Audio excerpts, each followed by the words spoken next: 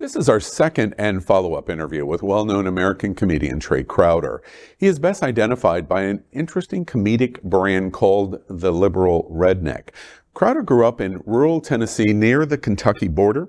He co-authored the Liberal Redneck Manifesto, Dragging Dixie Out of the Dark. He has come to Florida to perform at Sunshine Cathedral Performing Arts Center here in Fort Lauderdale. As our Hotspots magazine and Happening Out television network viewers know, Sunshine Cathedral is the world's largest queer church. Crowder is a wonderful opportunity through his humor to explore much of what we are watching in culture wars here in Florida and across the country. After all, Crowder is a Southerner with a very thick Southern accent, straight, married, has children, lives in Los Angeles, liberal, not religious, a huge LGBTQ plus community supporter, and regularly lampoons those that disagree with this unique combination of philosophy. So, of course, we thought it would be fascinating to talk to him. Trae Crowder, welcome to South Florida and Queer News Tonight.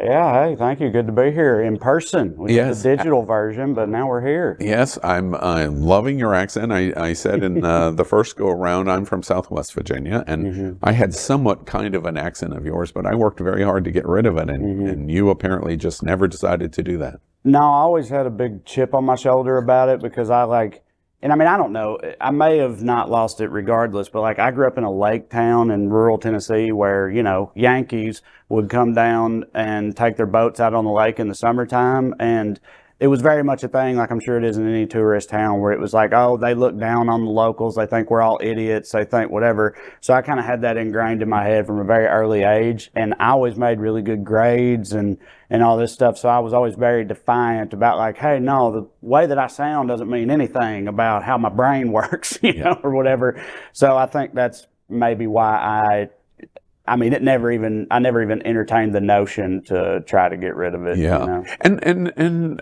that's a great segue for us to start right at the top. So many unique things about you, all combined. You're like this complex stew of these different kinds of things. Many of them are contradictory.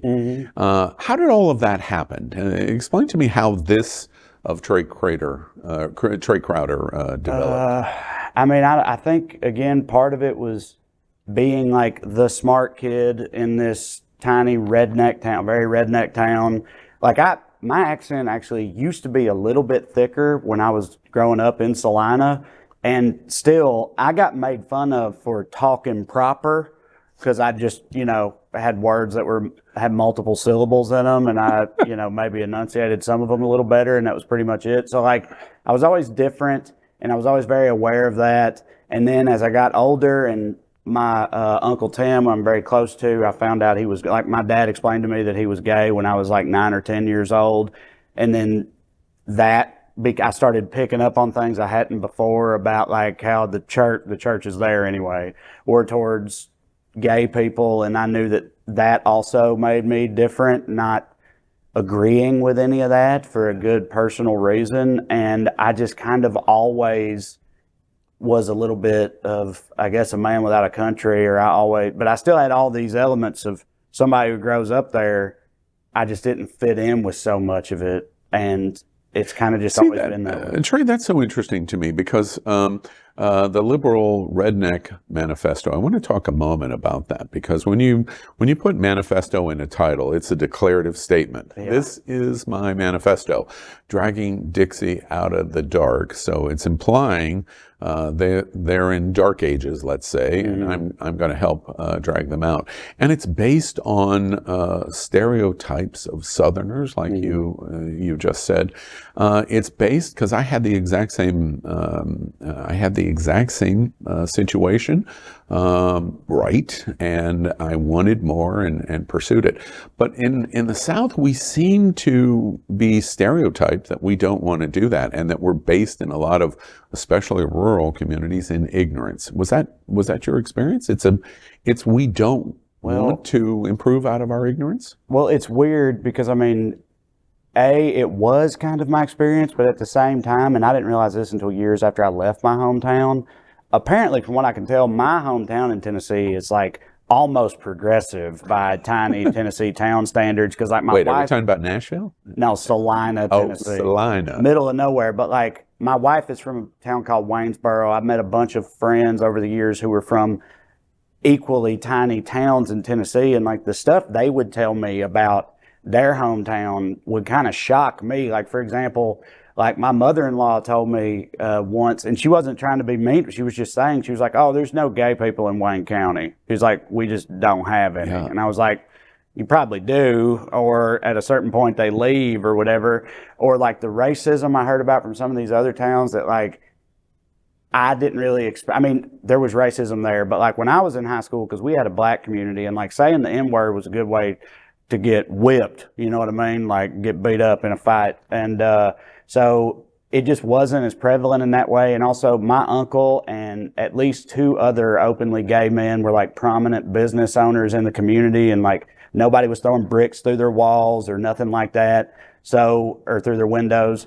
So, I mean, it felt very stereotypical in that way, but also like comparatively, I actually think my hometown is like maybe not so bad, Not as bad. for whatever reason, you know, but I was not aware of that at the time. You know, it's interesting when you said about your wife's county and that there are no gay people in it. The other person that I have heard make the exact same statement is Vladimir Putin about Russia. Right.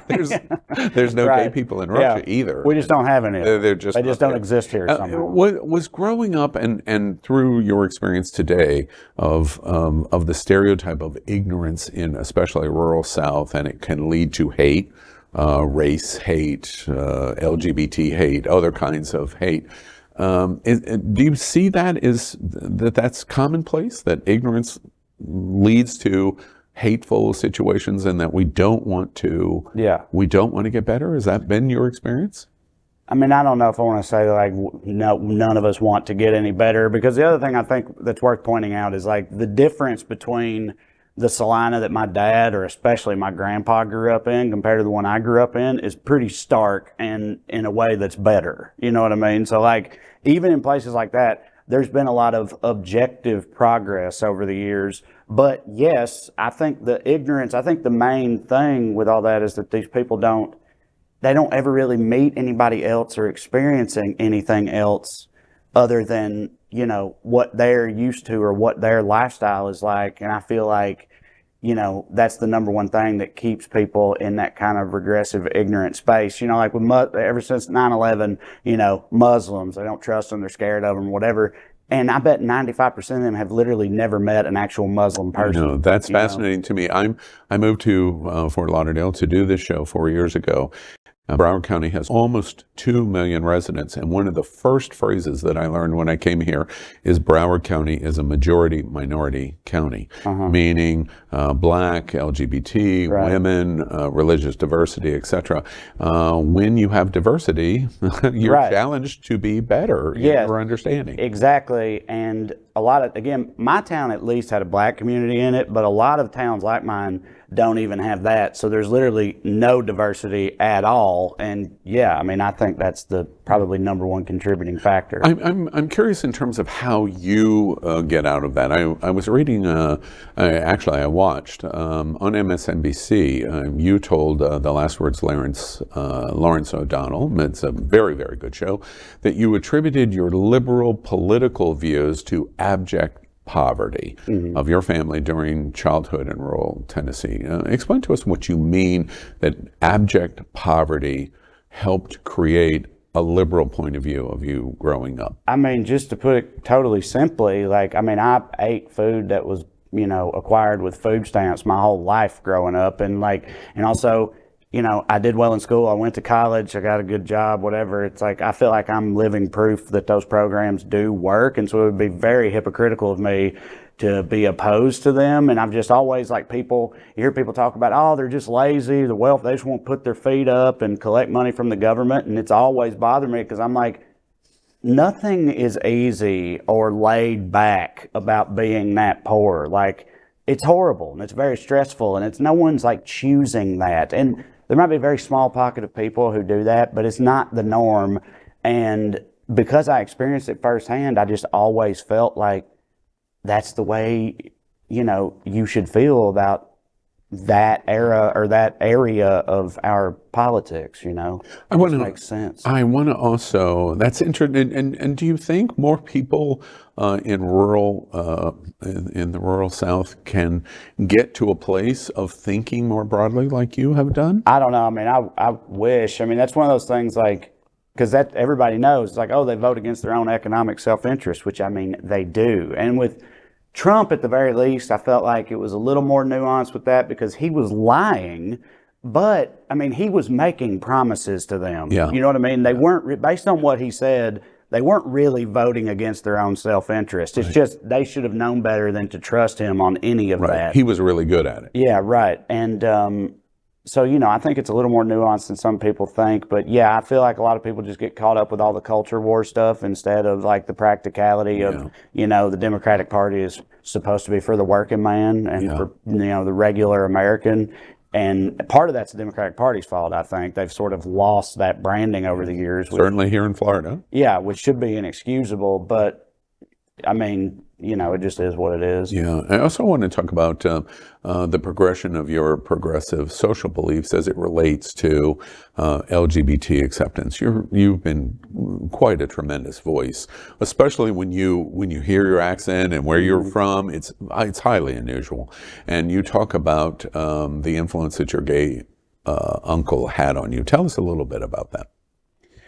Well, I was raised mostly by my dad. My parents got divorced when I was 7, and I've lived with my dad pretty much the whole time after that. My dad was a single father, and he had one sibling, his younger brother, my Uncle Tim. And Uncle Tim was just always around. I mean, as long as I can remember, he was always around, not holidays, but also every Sunday for Titans games or whatever. Uncle Tim was just always there. He had this deli on the square in town, and he had all that and made all these visits with his, he couldn't be married back then, his partner, Mike, Uncle Mike, right? And when I was a little kid, I never thought about what that was. And then, like I said, about 9 or 10, my dad explained to me, well, they're gay, they're in a relationship together. And immediately I was just like, okay, well, all right, that's fine. I don't care. He's still Uncle Tim and Uncle Mike, and then again, as I got older living there, I realized that was a problem for a lot of people, you know what I mean? Or that was not accepted and that type of thing. And I was just always very They were ostracized in your town? Well, I mean, honestly, no, not really. It's not that they were ostracized. It was just one of those things where like no one acknowledged the truth of the situation. They never, it was not that they pretended. It's like everyone knew it, but no one talked about it. Right. And so they'd be nice to them at their face, or they'd eat at their deli or whatever. But then if you ask that person, what do you think about homosexuality? They would say it's an abomination, it's a sin, they're all burning in hell or whatever. You know what I mean? Like that was sort of how the dichotomy worked in my hometown. And in that instance, so your uncle and his partner are relatively embraced in your small rural town. Yes. Why isn't the pure exposure to them enough to start to help change other people's minds? I mean, I guess maybe on the one hand, it at least helped a little bit because, like I said, people were not overtly antagonistic toward them or whatever. And maybe in some of these other towns they would have been. I don't know. So maybe it's at least a little bit better. But I think it was just it's just so deeply ingrained. I mean, I know I'm performing at a church tonight, a queer church, but I've always really chalked a lot of that up to the church and indoctrination and how the rhetoric always was surrounding homosexuality in churches like where I grew up in places like it, and it's just a lot. I mean, when it comes straight from God, they think, it's a lot for them to just say no, even though, hey, I liked him, but he's a sinner. It's a great transition into talking about church. We're going to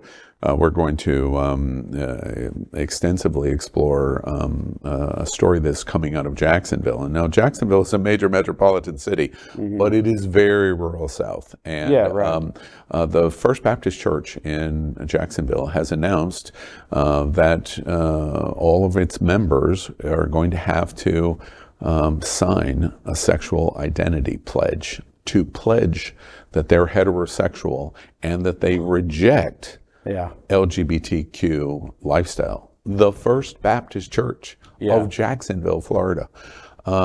What's your reaction to what we watch in the church? Tell us about your experience and what you think about it. I mean, really the only thing that surprised me about that at all is just that it's in a city like Jacksonville. It's still a city in northern Florida, I get that, but it's a city. And like, if you told me that exact same thing, but about a First Baptist church in a town like mine, I wouldn't bat an eye. I would be like, I can't believe they didn't do that years ago, honestly. Right. Like, because it wouldn't surprise me at all. I mean, in fact, it's not exactly the same thing, but I remember one of the churches in my hometown came to my high school, and the high school totally supported this. They came to my high school, got all of the seniors together in the auditorium, and they passed out these pledges that you had to sign. It was like, I swear before God, I will not have sex before marriage. I will not imbibe alcohol. I'll not do all this stuff. And you're swearing before you put your name on it. And I'm not just saying this. Like, I handed it back to my principal, and I was like, I'm not going to sign that. Yeah. And she was like, what grade were you in? I was a senior in high school. It was all the senior, because it was like, you're going into college. You're going to be tempted by sin. Swear before God you won't do any of that. And so many of my friends, and I get this too, they knew they were still going to, but they signed it anyway because, hey, I don't want any trouble. Yeah. They signed it knowing they were going to break it. I'm sure you did too. I watched the documentary on Liberty University, and that's what they do now, right, at Liberty in Lynchburg. I read that you identify as agnostic. Is that true? Yes. That's what you said? Yeah. I read a quote that was tagged with you that said, talking about your religion, I've never been particularly down with Jesus. Mm-hmm. I love that phrase. I'm not particularly down with Jesus because of the conservative social views of homosexuality held by most Christian denominations, especially in the area, meaning your town, region in Tennessee, where you were raised. Tell me about how you come to that in terms of, is it a complete rejection of all religion, or what is agnostic to you? I'm not like hardcore atheist the way a lot of atheists are. Like, I'm not bothered by people, embracing their own religion, whatever it is. They should be allowed to do it. It's just, as long as they don't then encroach upon other people's lifestyles or try to force their beliefs on other people, which I feel like so many churches in this country do. But like,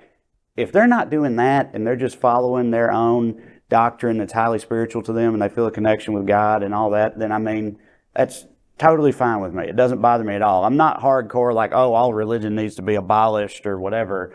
It's just that in my experience, there's a lot of hypocrisy and a lot of things that don't really make any sense. Like with my gay uncle, and so with homosexuality issues related to the church, that was sort of the first thing that made me think, well, I don't really understand what that's about. And I feel like that sort of opened a door into me questioning a lot of other things about the religion or the doctrine or the Bible that I'd started noticing also didn't make sense to me.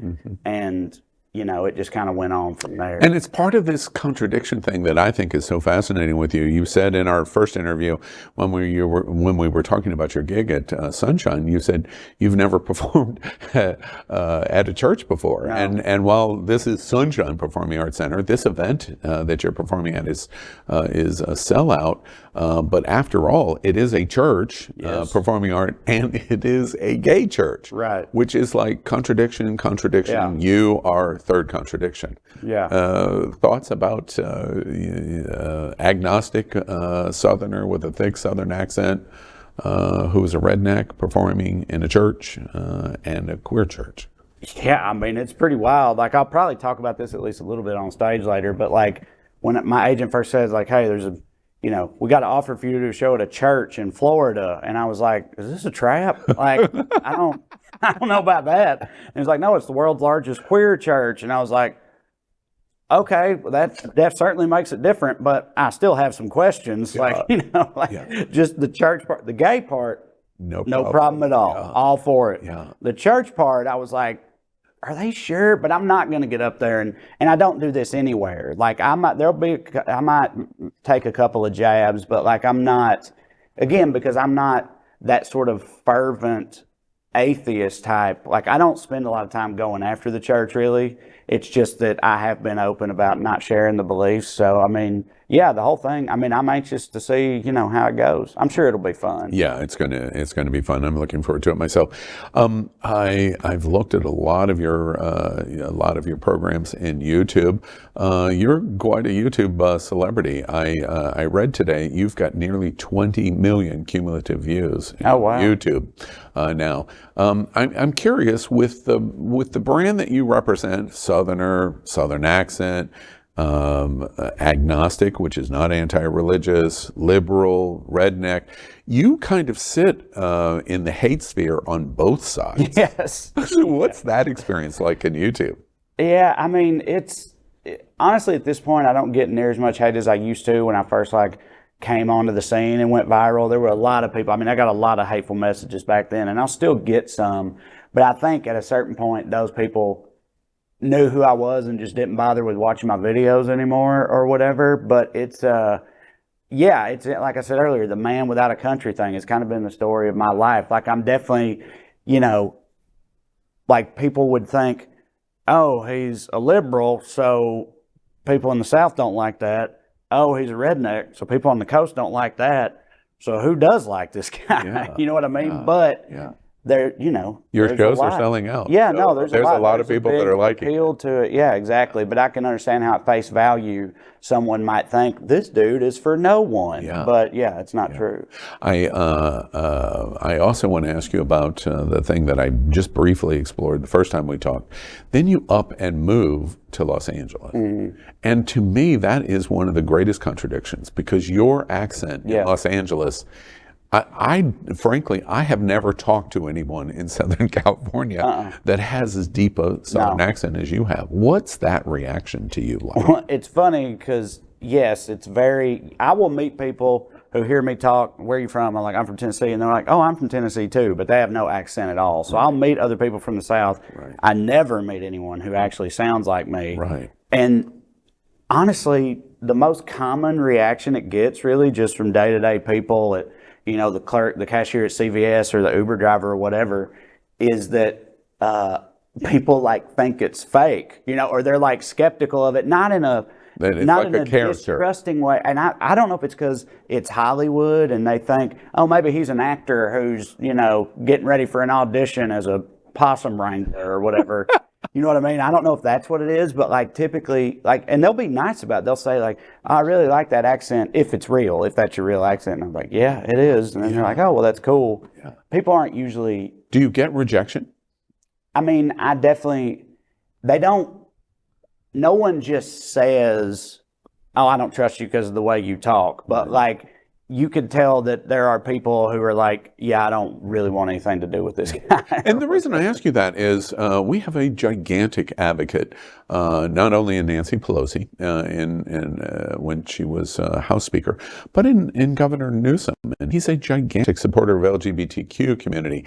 And he calls out the South frequently, over and over and over, and Governor DeSantis here in Florida. And I'm wondering if that attitude in some ways might adversely affect you, of going, well, we're lumping you into the hate that we know goes on down from the region you're from. Oh, I mean, I feel it for sure. And I think sometimes I'll get the impression from somebody that but of course, I'm reading into again, it's not like they explicitly tell me this, but I get the distinct impression from some people that it's not really a thing they can move past. Do you know what I mean? They hear the accent, they think whatever, and then it almost doesn't matter what I say after that or what I do. You know what I mean? They're just not going to be down with it because I'm just not down with that type of thing, they think. And I definitely think that's real. That's funny.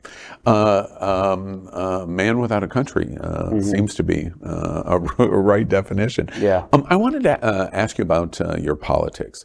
During pandemic, and I've looked at some of it now, you did a show broadcast in Facebook Live called The Evening Skews with a co-host, Mark Agee. Agee. Yeah. And one of the things that was most interesting to me is a lot of comedians don't focus on the politics as much. Mm-hmm. You had no issue with that. You just dived right into... Well, I mean, look, my videos, the things that most people know me for, are political in nature. You know, that's the thing that put me on the spot in the first place. And so because of that, I felt like it made sense to have a podcast that was overtly political. But I also, like, I have other podcasts and things that I do that, like, I like to do both. Like, I have a show with one of the guys I tour with, Corey Forrester, where it's called Putting on Airs, and we just talk about fancy people stuff, and it's not political at all. Fancy people. It's two hillbillies talking about fancy people stuff, right? And there's no politics, but it's funny, and we have a good time with it. But yeah, because of the nature of how I became known in the first place, I don't have any problem like shying away from politics. And doing that Facebook Live and that political podcast, as you call it. We've gotten through pandemic. You know, I don't know. You're here in Florida. The pandemic never happened here. COVID never existed here in Florida. We were very, very lucky. It never came here. It just literally would not cross the border. Tell you what, who did come here though? A lot of people who were really into that fact. You know what I mean? I feel like that was part of. I feel like Florida was already shifting. Because Florida was a swing state forever, like one of the biggest ones. Them and Ohio both, everybody knew it. And then they've been gradually shifting further to the right. And I feel like COVID was the final, just like the final strike that really solidified that. And we reported in 2022, we became the fastest growing state in the nation. And it was mostly because of relocation from other places that thought, well, you know, there's where the crazy's going. Exactly. So and I'm crazy, so let's go. Let's go, exactly. All right. Well, we finished pandemic, never happened here, but we finished pandemic. You excited about where you're going in terms of what's next for you? All of that's behind us. You're out and about traveling and doing shows. I mean, the tour's been going great response, and I'm in the process of building like a new hour of material. So a lot of stuff I'm doing is like new or newer, and it's still been going well, and it's just exciting as a comedian doing all of that. And then I've also got my podcast, which are fun, and then I have some, you know, TV development things I'm trying to get going, but I've been doing that for the past 6 years, and that's a really tough nut to crack, but I'm keep on pushing that boulder. That's why you're in Los Angeles? Yes, exactly. For a while, if you're a comedian, and you want to be serious about it, you had to either live in New York or Los Angeles. And I'm from the South, so just weather alone, it was LA the whole time. Ever since COVID, that's a little less true, but you know, I've been out there and I like it, so we'll see. I want to ask you about what you represent. You know, you're a redneck, and all of that series of jokes and comedian and other like comedians. Frequently very, very funny. What's interesting to me is you kind of have that same branding perspective, but you are so pro LGBT, vigorously talk about it. He did not, and I'm curious because I want to ask you about the seat you represent. Many LGBT will watch this; they'll come to your shows because they get interested in what you say and try to understand why you've been able to accomplish it when others haven't. It comes down to you have so much of what we call white male privilege. You know, I have it in white gay male privilege as being gay, meaning you're straight, you're male, and you're in a cohort that launches much of the culture war attack on LGBT, frankly, like what we're watching from our governor here in Florida and so many more. But you break every one of the results of that white gay privilege. Why don't more people get to the place of where you're at? I mean, I think it circles back to one of the first things we talked about with like the importance of diversity and exposure. You know what I mean? Like, a lot of people just don't have that. And then some people do. They have a beloved family member come out as gay and they kick them out and disown them or whatever. But I just can't understand the lack of humanity required to do something like that. But apparently some people have it, but I don't. And it's just a thing that I never questioned for a second, you know, because of the nature of my relationship with my uncle and him being gay and all that. It was never anything that I struggled with, you know. So It's hard for me to say. You have children. How old? 10 and 11, boys, two of them. Both of them boys. Yeah. Have you thought about the chance of either one of them identifying as gay? Yeah, I have thought about it. In fact, it's old. It's on our comedy album that we did, me, Corey, and Drew. But I had a bit about, and obviously this is just a comedy bit. I'm kidding around, but I was talking about how serious college football is in the South, and I'm from Tennessee, and the whole bit is like, I would so much prefer one of my sons be gay than be an Alabama fan. That's right. Right. And that was the whole point of it. Right. And I thought it was funny, and I already recorded it and put it out. But we did a show at a gay nudist resort. Right. Right. Two of them actually. And the first time I did that bit, and some of those guys came up to me afterwards, and they weren't admonishing me. They weren't being, like antagonistic about it. But they came up to me and they were like, they basically said, why would you want one of your sons to be gay? Like, do you realize how, and it like really affected me, because obviously I thought about that before. This is coming from a gay man. Yeah, right. Multiple of them, they were like, look, it's not easy. It's not fun, whatever. It's not fun. And again, I'm aware of that, but at the same time, I am a straight white dude, so I'm not really, like, I think I'm aware of it, but I'm really not. And so, yeah, that sort of reframed the way that I looked at it, as far as being so cavalier and irreverent about the whole thing, the way that I was before. Yeah. But, I mean, if one of my sons is gay, like, bring it on. Yeah. I mean, that's totally fine with me, more than fine. Like, it wouldn't really impact me at all one way or another. It's like, it's not like I can throw him back or nothing. He's not a smallmouth. That's right, exactly. Yeah. Well, all the best to your family and to you. I'm looking forward to seeing your gig. Welcome to South Florida. We're really happy that you're here.